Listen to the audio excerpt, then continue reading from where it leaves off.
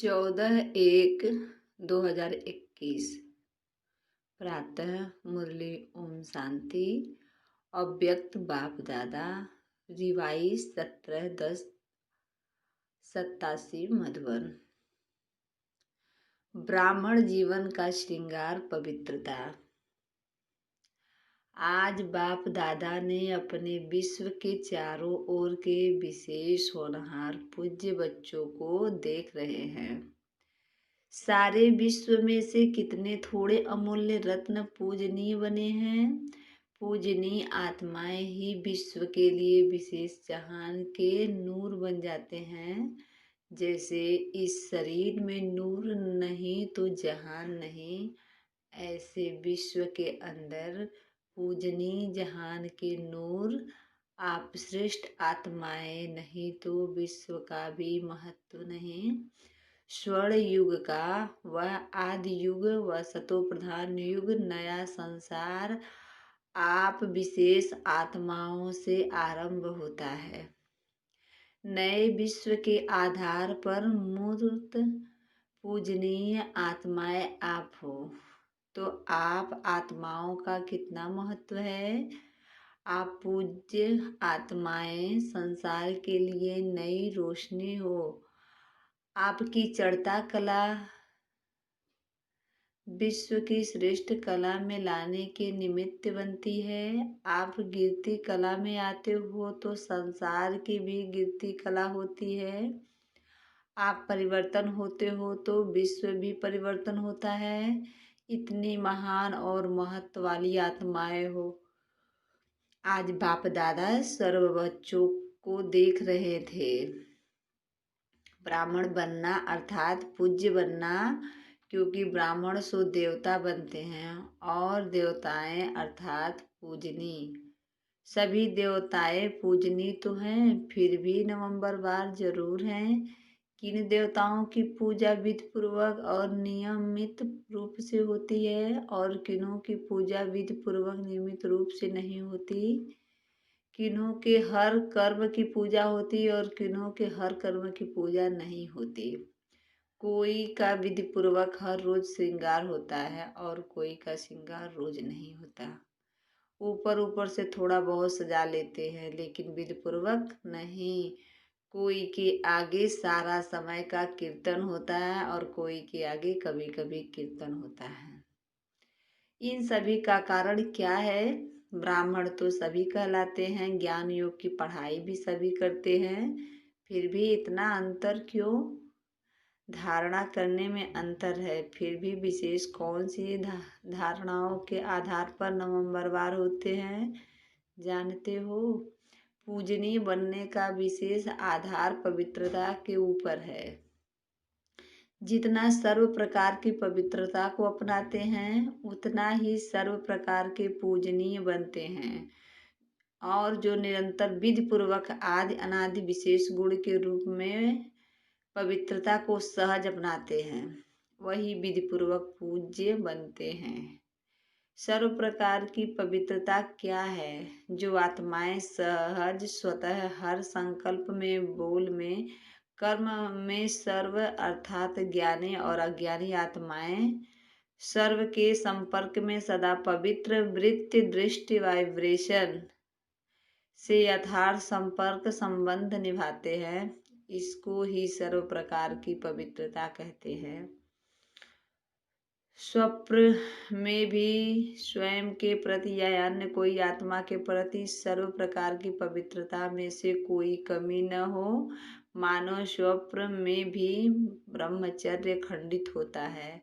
वह किसी आत्मा के प्रति किसी भी प्रकार की ईर्ष्या व आवेश के वश कर्म होता या बोल निकालता है, क्रोध के अंश रूप में व्यवहार होता है, तो इसको भी पवित्रता का खंडन माना जाएगा। सोचो, जब स्वप्न का भी प्रभाव पड़ता है तो साकार में किए हुए कर्म का कितना प्रभाव पड़ता होगा। इसलिए खंडित मूर्ति कभी पूजनीय नहीं होती। खंडित मूर्तियों मंदिरों में नहीं रहती, आजकल की म्यूजियम में रहती। वहाँ भक्त नहीं आते, सिर्फ यह गायन होता है कि बहुत पुरानी मूर्तियाँ हैं, बस। उन्होंने स्थूल अंगों के खंडित को खंडित कह दिया है, लेकिन वास्तव में किसी भी प्रकार का पवित्रता में खंडन होता है तो वह पूज्य पद से खंडित हो जाते हैं। ऐसे चारों ओर की पवित्रता विधि पूर्वक है तो पूजा भी विधि पूर्वक होती है। मन वाणी कर्म, कर्म में संबंध संपर्क आ जाता है और स्वप्न में भी पवित्रता इसको कहते हैं संपूर्ण पवित्रता। कई बच्चे अलबेलेपन में आने के कारण चाहे बड़ों को चाहे छोटों को इस बात में चलाने की कोशिश करते हैं कि मेरा भाव बहुत अच्छा है, लेकिन बोल निकल गया, वह मेरी एम लक्ष्य ऐसे नहीं थी लेकिन हो गया। या कहते हैं कि हंसी मजाक में कह दिया अथवा कर लिया, यह भी चलाना है, इसलिए पूजा भी चलाने जैसी होती है। यह अलबेलापन संपूर्ण पूज्य तिथि स्थिति को नंबरवार में ले जाता है। यह भी अपवित्रता के खाते में जमा होता है। सुनाया ना, पूज्य पवित्र आत्माओं की निशानी यही है। उनकी चारों प्रकार की पवित्रता स्वाभाविक, सहज और सदा होगी। उनको सोचना नहीं पड़ेगा, लेकिन पवित्रता की धारणा स्वतः ही यथार्थ संकल्प, बोल, कर्म और स्वप्न लाती है।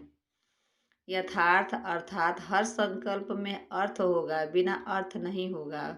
ऐसे नहीं कि ऐसा ही बोल दिया, निकल गया, कर लिया, हो गया। ऐसा पवित्र आत्मा सदा हर कर्म में अर्थात दिनचर्या में यथार्थ युक्त रहती हैं। इसलिए पूजा भी उनके हर कर्म की होती है, अर्थात पूरे दिनचर्या की होती है। उठने से लेकर सोने तक भिन्न भिन्न कर्म के दर्शन होते हैं। अगर ब्राह्मण जीवन की बनी हुई दिनचर्या प्रमाण कोई भी कर्म अर्थात वह निरंतर नहीं करते तो उसके अंतर के कारण पूजा में भी अंतर पड़ेगा। मानो कोई अमृत वेले उठने की दिनचर्या में विधि पूर्वक नहीं चलते तो पूजा में भी उनके पुजारी भी उस विधि में नीचे ऊपर करते, अर्थात पुजारी भी समय पर उठकर पूजा नहीं करेगा, जब आया तब कर लेगा, अथवा अलबेलेपन जागृत स्थिति में अनुभव नहीं करते। मजबूरी से वह कभी सुस्ती कभी चुस्ती के रूप में बैठते तो पुजारी भी मजबूरी या सुस्ती से पूजा करेंगे, विधि पूर्वक पूजा नहीं करेंगे। ऐसे हर दिनचर्या के कर्म का प्रभाव पूजनीय बनने में पड़ता है।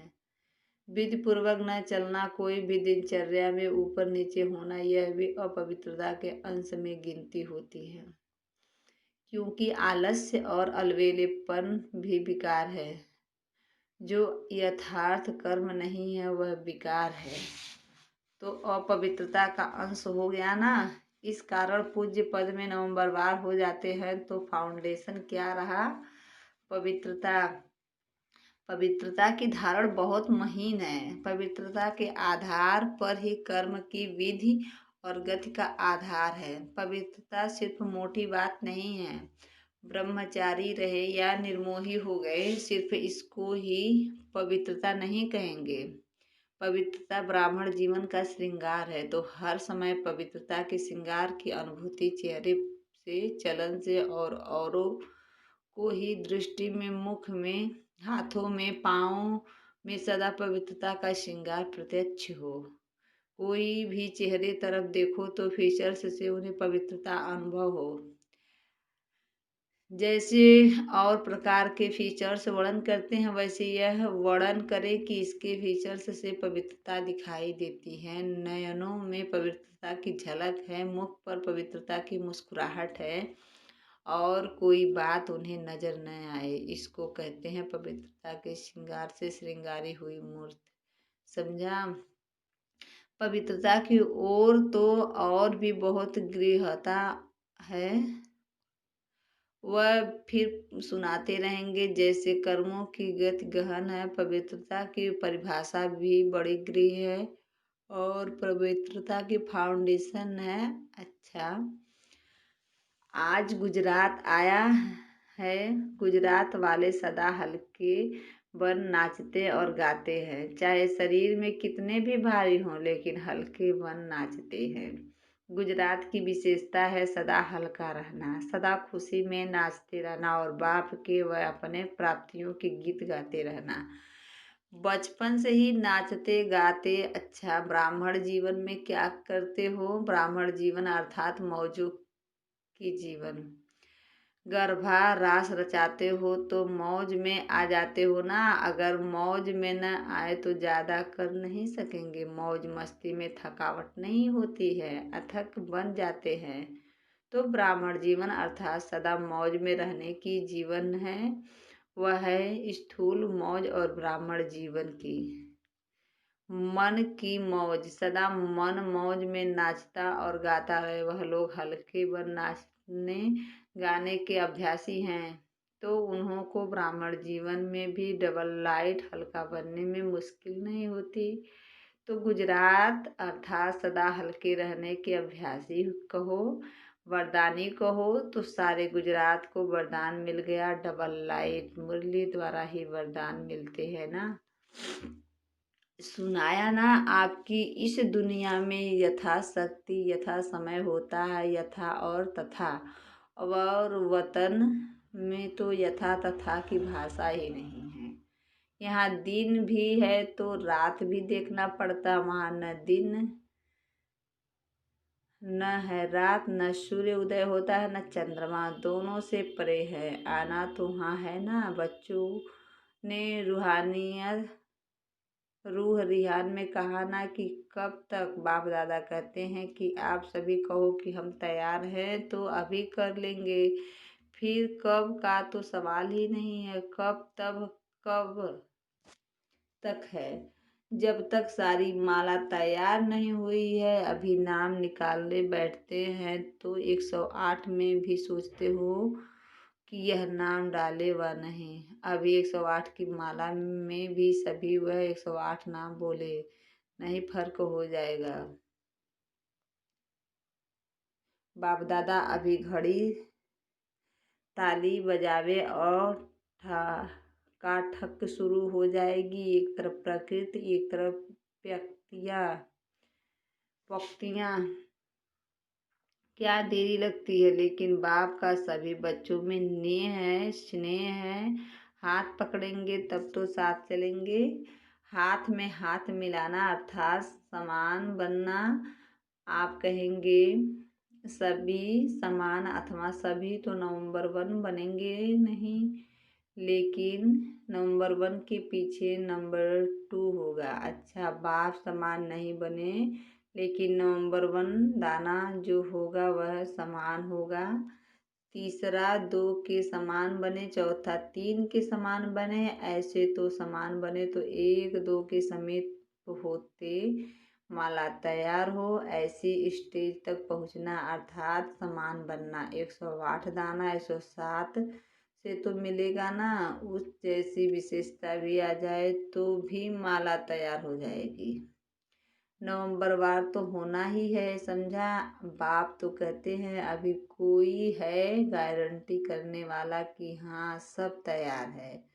बाप दादा को तो सेकंड लगता है। दृश्य दिखाते थे ना, ताली बजाई और परियां आ गई। अच्छा, चारों ओर के परम पूज्य श्रेष्ठ आत्माओं को सर्व संपूर्ण पवित्रता के लक्ष्य तक पहुँचाने वाली तीव्र पुरुषार्थी आत्माओं को, सदा हर कर्म में विधि पूर्वक कर्म करने वाले सिद्ध स्वरूप आत्माओं को, सदा हर कर्म में विधि पूर्वक कर्म करने वाले सिद्ध स्वरूप आत्माओं को, सदा हर समय पवित्रता के श्रृंगार में सजी हुई विशेष आत्माओं को, बाप दादा का स्नेह संपन्न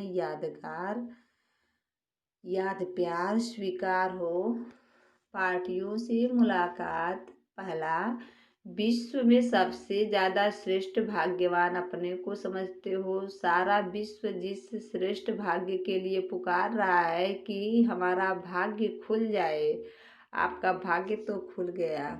इससे बड़ी खुशी की बात और क्या होगी। भाग्य विधाता कि हमारा बाप है। ऐसा नशा है ना जिसका नाम ही भाग्य विधाता है, उसका भाग्य क्या होगा। इससे बड़ा भाग्य कोई हो सकता है। तो सदा यह खुशी रहे कि भाग्य तो हमारा जन्म सिद्ध अधिकार हो गया। बाप के पास जो भी प्रॉपर्टी होती है वो बच्चे उसके अधिकारी होते हैं। तो भाग्य विधाता के पास क्या है, भाग्य का खजाना। उस खजाने पर आपका अधिकार हो गया। तो सदैव वाह मेरा भाग्य और भाग्य विधाता बाप, यही गीत गाते खुशी में उड़ते रहो। जितना जिसका जितना श्रेष्ठ भाग्य हो गया उसको और क्या चाहिए। भाग्य में सब कुछ आ गया। भाग्यवान के पास तन मन धन जन सब कुछ होता है। श्रेष्ठ भाग्य अर्थात अपर्याप्त कोई वस्तु नहीं, कोई अप्राप्ति है। मकान अच्छा चाहिए, कार अच्छी चाहिए नहीं। जिसको मन की खुशी मिल गए उसे सर्व प्राप्तियां हो गई। कार तो क्या, लेकिन कारून का खजाना मिल गया। कोई अपर्याप्त वस्तु है ही नहीं। ऐसी भाग्यवान हो। विनाशी इच्छा क्या करेंगे। जो आज है कल ही नहीं, कल है नहीं, उसकी इच्छा क्या रखेंगे। इसलिए सदा अविनाशी खजाने की खुशियों में रहो, जो अब भी है और साथ में भी चलेगा। यह मकान कार व पैसे साथ नहीं चलेंगे, लेकिन यह अविनाशी खजाना अनेक जन्म साथ रहेगा। कोई छीन नहीं सकता, कोई लूट नहीं सकता। स्वयं भी अमर बन गए और खजाना भी अविनाशी मिल गए। जन्म जन्म में श्रेष्ठ प्रारब्ध साथ रहेगी। कितना बड़ा भाग्य है जहाँ कोई इच्छा नहीं, इच्छा मात्रम अविद्या है। ऐसी श्रेष्ठ भाग्य भाग्य विधाता बाप द्वारा प्राप्त हो गए। दूसरा, अपने को बाप के समीप रहने वाली श्रेष्ठ आत्माएं अनुभव करते हो। बाप के बन गई यह खुशी सदा रहती है। दुख की दुनिया से निकल सुख की संसार में आ गए। दुनिया दुख में चिल्ला रही है और आप सुख के संसार में सुख के झूले में झूल रहे हो। कितना अंतर है। दुनिया ढूंढ रही है और बाप मिलन मना रहे हो। तो सदा अपनी सर्व प्राप्तियों को देख हर्षित रहो। क्या क्या मिला है उसकी लिस्ट निकालो तो बहुत लंबी लिस्ट हो जाएगी। क्या क्या मिला। तन में खुशी मिली तो तन को तंदुरुस्ती है। मन में शांति मिली तो शांति मन की विशेषता है। और धन में इतनी शक्ति आई तो दाल रोटी 36 प्रकार के समान अनुभव हो। ईश्वरीय याद में दाल रोटी भी कितनी श्रेष्ठ लगती है। दुनिया के 36 प्रकार हो और आपकी दाल रोटी हो तो श्रेष्ठ क्या लगेगा। दाल रोटी अच्छी है ना, क्योंकि प्रसाद है ना। जब भोजन बनाते हो तो याद में बनाते हो, याद में खाते हो तो प्रसाद हो गया। प्रसाद का महत्व होता है। आप सभी रोज प्रसाद खाते हो। प्रसाद में कितनी शक्ति होती है। तो तन मन धन सभी में शक्ति आ गई। इसलिए कहते हैं अपर्याप्त नहीं कोई वस्तु ब्राह्मण के खजाने में। तो सदा इन प्राप्तियों को सामने रख खुशी रहो, हर्षित रहो। अच्छा, वरदान। कर्म द्वारा गुणों का दान करने वाले डबल लाइट फरिश्ता भव। जो बच्चे कर्मणा द्वारा गुणों का दान करते हैं उनकी चलन और चेहरा दोनों ही फरिश्ते की तरह दिखाई देते हैं। वे डबल लाइट अर्थात प्रकाशमय और हल्केपन की अनुभूति करते हैं। उन्हें कोई भी बोझ महसूस नहीं होता। हर कर्म में मदद की महसूसता होती है, जैसे कोई शक्ति चला रहा है। हर कर्म द्वारा महादानी बनने के कारण उन्हें सर्व की आशीर्वाद व सर्व के वरदानों की प्राप्ति का अनुभव होता है। स्लोगन। सेवा में सफलता का सितारा बनो, कमजोर नहीं। सेवा में सफलता का सितारा बनो, कमजोर नहीं। ओम शांति, ओम शांति, ओम शांति।